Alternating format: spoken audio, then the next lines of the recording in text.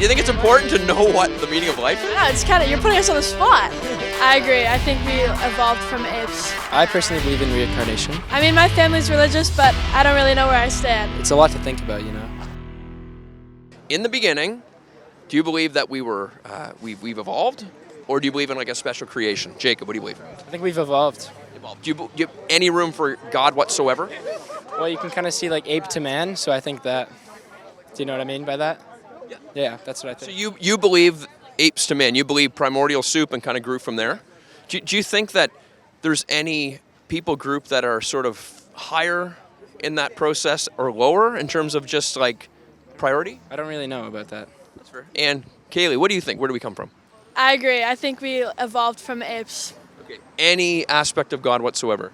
I mean, my family's religious, but I don't really know where I stand. It's an honest answer. So by religious, like, do they go to church and stuff? Yes. Do you know what type of church? Anglican. Anglican church. All right, you're very well studied. All right, she's very forensic. Okay, here we go. Okay, so Jacob believes in ape to man evolution. No harm in that belief, right? Well, because all beliefs have consequences, to try and help Jacob see the consequences of consistent belief in ape to man evolution, I asked him, do you think there are any people groups who are higher or lower in that process? And what's it called when we sinfully show partiality to people groups? Racism.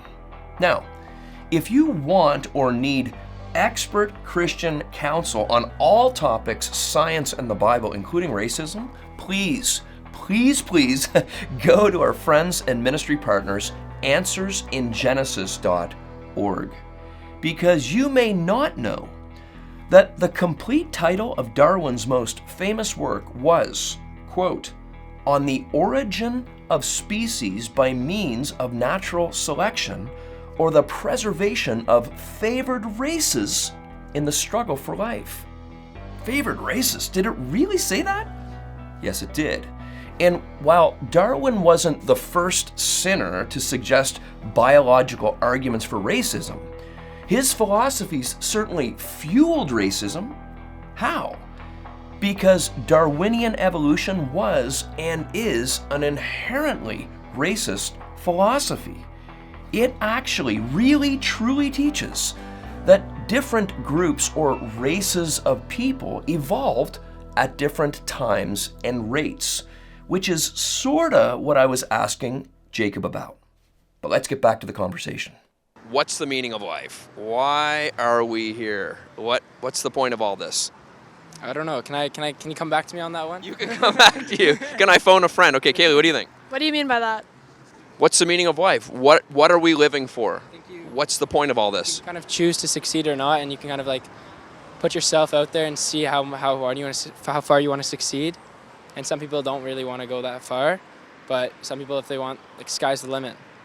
Do you know what I mean? Okay. So what's your target on the wall, though, Jacob? You've probably been taught simple goal setting is like knowing where you're headed, right? Then you work backwards.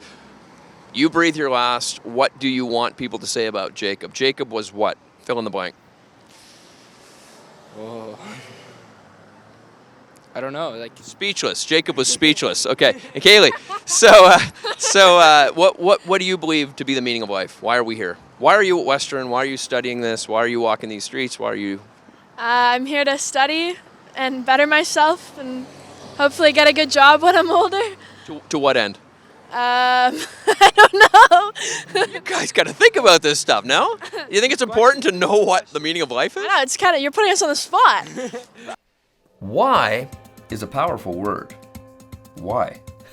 Well, if you think about it, asking this one word, why, forces us all as spiritual beings to think beyond the purely material world into the immaterial of personal motivation and morality. And why is that important? It's important because why speaks to the heart. And the heart is what God sees. And the heart is what we need Him to transform in us if we're to be saved and make sense of this life. What happens after we die? Now, I think I know what you guys are going to say, but you guys have the mic. What happens next? You breathe your last. You ever had a friend die young or family member? I have. Yeah, me as well. What's next? What do you think? I personally believe in reincarnation, So second go around, third go around. Okay. but like it's just a complete reset, but it's a lot to think about, It is a lot to think about. And Kaylee, what do you think? I think there's like something. I don't know what, but I don't want to believe that it just is over. I think there's something. Do you guys make room for anything spiritual? Probably some version of an afterlife. Yes, for sure. Definitely. Another dimension or something like that, for sure. So do you guys believe that being good has any bearing on where we end up? Like, do you think Hitler gets the same as Mother Teresa? I think Sorry. Well, you said that very quickly. I think like to a certain extent, yeah. Like you like karma. You do good things, you receive good things. Jacob, I personally believe, yeah, like what she said. do you guys believe you're good enough to go to heaven? Do you believe you're good enough? So, and I believe by the end of my life I will be, for sure. And Kaylee? I think where I am right now, yeah, but Could it depend on the standard? Like, what if the standard's higher, not lower? Like, what if we don't grade it on a curve? What if it's the type of thing that the standard's actually perfect? Well, in that case, I don't know if I'm if I'm going that. Like, who is? yeah. I mean, like no one's perfect. Well, that's a good point. And have you guys ever heard, I told you we're a Christian media source, have you ever heard what's called the good news? Like, actually, the hope that I have, we've come through COVID, we've come through, I know, what's this guy's persistent? So many bees. I know. Have you guys ever heard the good news of what's called the gospel, the Christian faith? I've heard of it, but I don't really know. I've heard of it, but that's it. And Kaylee? I have not heard of it. I'm No, sorry. so you've got Anglican parents, don't they ever tell you this stuff? No, I'm like uneducated on it. Can I share it with you? Sure. Okay, so this is what it is. So we have a perfectly just but loving creator God. He's created us in his image, very special. All these people are special because they're made in God's image. The problem is we've all chosen to go our own way. We've lied, we've stolen, we've done things we know we shouldn't do, but we do them anyway. And because God's good, he has to punish those things. A good judge must uphold justice. What a lot of people don't realize is the word sin is not so much a measurement of how bad you are, but how good you're not. God's the standard, and he said, be perfect. Jesus said, actually, be perfect. I'm not perfect, neither are you. So what he did is, God, in his love for us, he sends his son into this world in real-time space history. If you guys have some study space in your brain, study guys like Tacitus, Thales, Phlegon, these ancient historians that say this Jesus guy really lived. He's not a myth, he really lived. Why did he come? He was God in the flesh, the Son of God. He lives a perfect life that I couldn't live. He dies a death that I couldn't die. And then he raises from the dead 3 days later.